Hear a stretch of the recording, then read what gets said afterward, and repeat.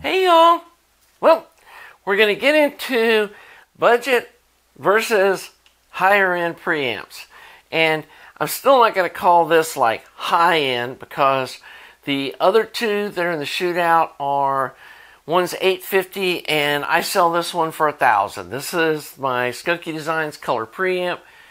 One of the things that it has going for it is it's got some adjuster pots here on the inputs on both channels, so you can adjust the gain going into the preamp tubes, and then the volume control is on the output of the amplifier so that you can set the amount of THD that these tubes are injecting into the signal, and also the amount of gain that the preamp's capable of making.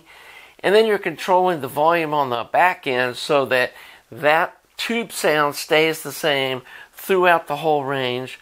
This is an all-tube design. Does not have a headphone jack. This is a preamp only. And it's got a tube rectifier, and it's all analog tube, design. So I'm going to scoot it down now that you've seen what it looks like. So we got room here to pull in our little Sparkos unit. And then we have our winner from the previous budget Shootout, which was the Fosi P3, which to me stood head and shoulders above the two Ayima offerings. And so $80, 10 times as much, $850, and then $1,000. This is a production amp that you can go to the website, order one. These, you got to email me, find when I've got time to build you one. It might take 6 months to get one. We can work out details on that stuff. I'm not actively building stuff right now. I'm trying to get more into the YouTube channel for a little bit. So if you're looking for a preamp, this will be off in the horizon if this is what you were interested in. So we're probably going to focus more on the Sparkos versus the Fosi because these are both preamps that you can go buy. So the test setup was a restored Akai GX4000D reel-to-reel tape deck that has an adjustable output on it, and that was going into these preamps, and then they were feeding a pair of 2A3 monoblocks that are fairly low input sensitivity, so they do need some gain to drive them to full power, which is what preamps are supposed to be doing. And we listened to Natalie Merchant, Beloved Wife. It's got nice, sharp percussion. It's got some really delicate cymbals with a lot of decay. And then, of course, her voice. It's got a really nice, deep bass track underlying everything. So you have the bass playing at the same time this other stuff's going on. And what that does, if you've got a preamp or anything that is slow or part of the circuit's underpowered, the bass will make it hard for it to keep up with those really sharp sounds at the same time. Plus, her voice is bordering on shrill with the wrong kind of equipment. Really a good test for hi-fi stuff. And, I've used different music tracks for different testing and stuff. I kind of mix it up. But I know that song really good, and it seemed like it fit what we were trying to test here. And so let's get into talking about what we've got. For $80, this thing sounds amazingly good. Now, this version doesn't have replaceable op amps, and so there's no reason to even open it up. It is what it is. You can do some tube rolling. Does seem to have more of an impact on the sound than with some of the other two preamps that I've messed with in this budget range. They claim that they're using the tubes as a gain stage and not just a tube buffer. And so that may be why there's more of a shift in the way it sounds. But for $80, this is hard to beat. But this is on just a whole different level. I mean, if you're talking about high fidelity, this is what you need, something in this price range. I mean, and you have to imagine, I know people want to, do this giant killer stuff, and people love the idea that, hey, I bought this little, pack of cigarette size tube preamp that blows away this $1,000. Yeah, that's not happening. That's just dreaming. And the other advantage this one has is, instead of using these little 7-pin tubes, it uses these, I think, sonically superior 9-pin tubes. And there's a switch inside, and we'll do a whole review on this preamp soon. There's a switch inside to switch the heater, how the heaters are powered, whether it's a 6.3 or 12 volt heater. And so you can use 12AX7, 12AU7, 12AT7, 6DJ8, there's a whole slew of different tubes that you can use in it. And I was just testing it with the tube it comes with, because I'm going to assume that they did a little bit of that before they put this thing on the market. And it's just like with my color preamp, I ship them with these clear top RCA 12AU7s because I've tried a dozen different types of tubes in this amp, and those sound the best. And I want to sell you something that's going to sound the best. I'm sure Andrew Spark did design these, did the same thing. And you could probably, change the sound a little bit, playing around, rolling different tubes in it, which is kind of the fun of having a tube amp. But yeah, it sounds good just like this. But there's a whole, it's hard to describe. Like, this had the crisp percussion, and the bass was nice with the tone controls evened out. But this has just got that nice air to it that this is missing. It's like the notes are cleaner, and like the kind of the quiet between the notes seems deeper, and the sound stage is deeper. It's not like it got wider with any of these. It just got, there's more depth to it. There's more layers to the music with this, which is, hey, it's 10 times as much money. You might say, well, that's just, I don't know if I want to spend that much to get that. And I get that. If you got, cheaper speakers. Oh, and I'm using the Quad S2 speakers was part of the setup. And I forgot to say that in the last video. But anyway,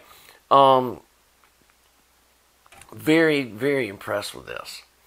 The other thing that I really like is it's got this gain button. And so if you've got an amplifier that needs gain like these do, you can add it with this button. This struggled. It had more gain than those AYAMA, the T1 or the T6 that I tested before, but it was still struggling to get enough gain to drive these. This didn't have any problem.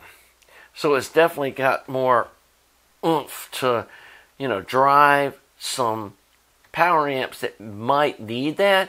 And then if you don't, you can tone the gain down so that the volume control is more linear if you've got an amp that's got a fairly hot input. There's also some jumpers inside that change the bias on the tube. So that's another adjustment that you can make to how the amp sounds. And haven't tried the headphone jack yet. I'm sure it's really nice. It does have balanced headphone jack, this 4-pin deal for you guys that have balanced headphones. That's the other nice thing about this, is it is designed as a headphone amp. He actually sells it on his site as a headphone amp, not a preamp. But I'm going to talk to him. He needs to be advertising this thing as a preamp because it works really good. So then the hard one to determine was, what does this sound like compared to my color preamp? And I'll openly admit there's likely some bias that, this is my deal, and I'm just a tube fanatic, and I just love the idea of tube only signal path. And so take this with a grain of salt. I do think this has a little richer sound, especially like the piano chords.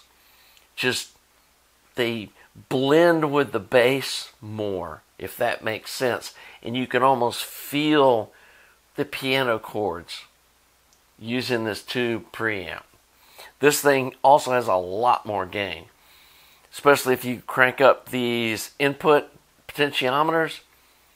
I mean, normally I run them at about a quarter scale, but that tells you how much extra power this thing could have if you really need it.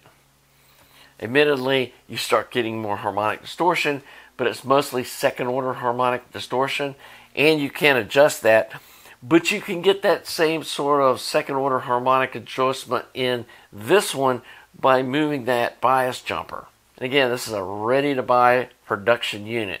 And I'll show you that on the back. This one's got an IC connector where you just hook the power cord up just like this one, where this one uses the little 12 volt wall wart. And so, you know, this one's likely running a lot more voltage across the tube, which probably is why the sound's improved. You can make tubes work at pretty low voltages, but they don't like being used down there. So, yeah, that kind of does it for this shootout. Oh, and this one has the Pro type op amps. Obviously, they're Sparkos op amps. They're not replaceable, which, why would you? Sparkos makes the best op amps in the industry, in my opinion. And so, really the only thing you're going to be footsing around with is the tube, and that's if you want to. And like I said, I'm really impressed with the way this sounds. I didn't have one here to A/B test it with, but I've listened to that shit audio. God, I can't remember the name of it. It's the one that's got 4 octal tubes in it that has the relay potentiometer thing, or, you know, that relay volume control thing. And honestly, I was never really crazy about how that sounded. And then my understanding is that the tube circuit is really only directly or, you know, strongly in the signal path when you're using balanced in and out, which this doesn't have balanced in and out. So if you're, you know, I got to have balanced audio, this is not your guy. The only balance it has is this, you know, balanced out on the front. Honestly, I don't know how 4-pin balance works, whether that's like stereo 2 and that could be split off into 2 channels. Yeah, you could talk to Andrew about that if you really need a balanced out, because there is that on the front. But in the back, it's just single-ended RCAs, which is all I use anyway. And this would be a really good preamp to use in a tube setup. I mean, these 2A3s sounded great. And honestly, it sounded a little richer, smoother with this in the system than running these straight off of the tape deck, because then I could turn the gain down on the tape deck and get more of the gain through this, instead of making the preamp in the tape deck struggle to really pump out what it needed to make the gain that these needed, if that makes sense. So anyway, we're going to be going over this little Sparkos guy in more detail. The winner of this one, I'm going to be gracious and hand it to Sparkos. I feel like that, you know, if I gave my own product the win, some people might go, hey, Skunkie, come on. So the difference between these two is very subjective, where the jump from this to this is pretty big and would be easily noticeable. And with this only needing 1 tube to swap out, really is a heads up on a lot of these other, you know, op amp kind of electronic solid state based hybrid preamps. And so go check this thing out. If you do end up buying one of these, tell Andrew Skunkie sent you. And thanks again to all you Patreon supporters, you folks that lend me this gear, like these 203 mono blocks, and we did a video about those. And then, you know, Andrew over at Sparkos has been super awesome and super patient for me to do the review on this. And like I said, I'm going to do a more in-depth, you know, cover off, show you the ins and outs of this guy in another video. And until then, have a nice day.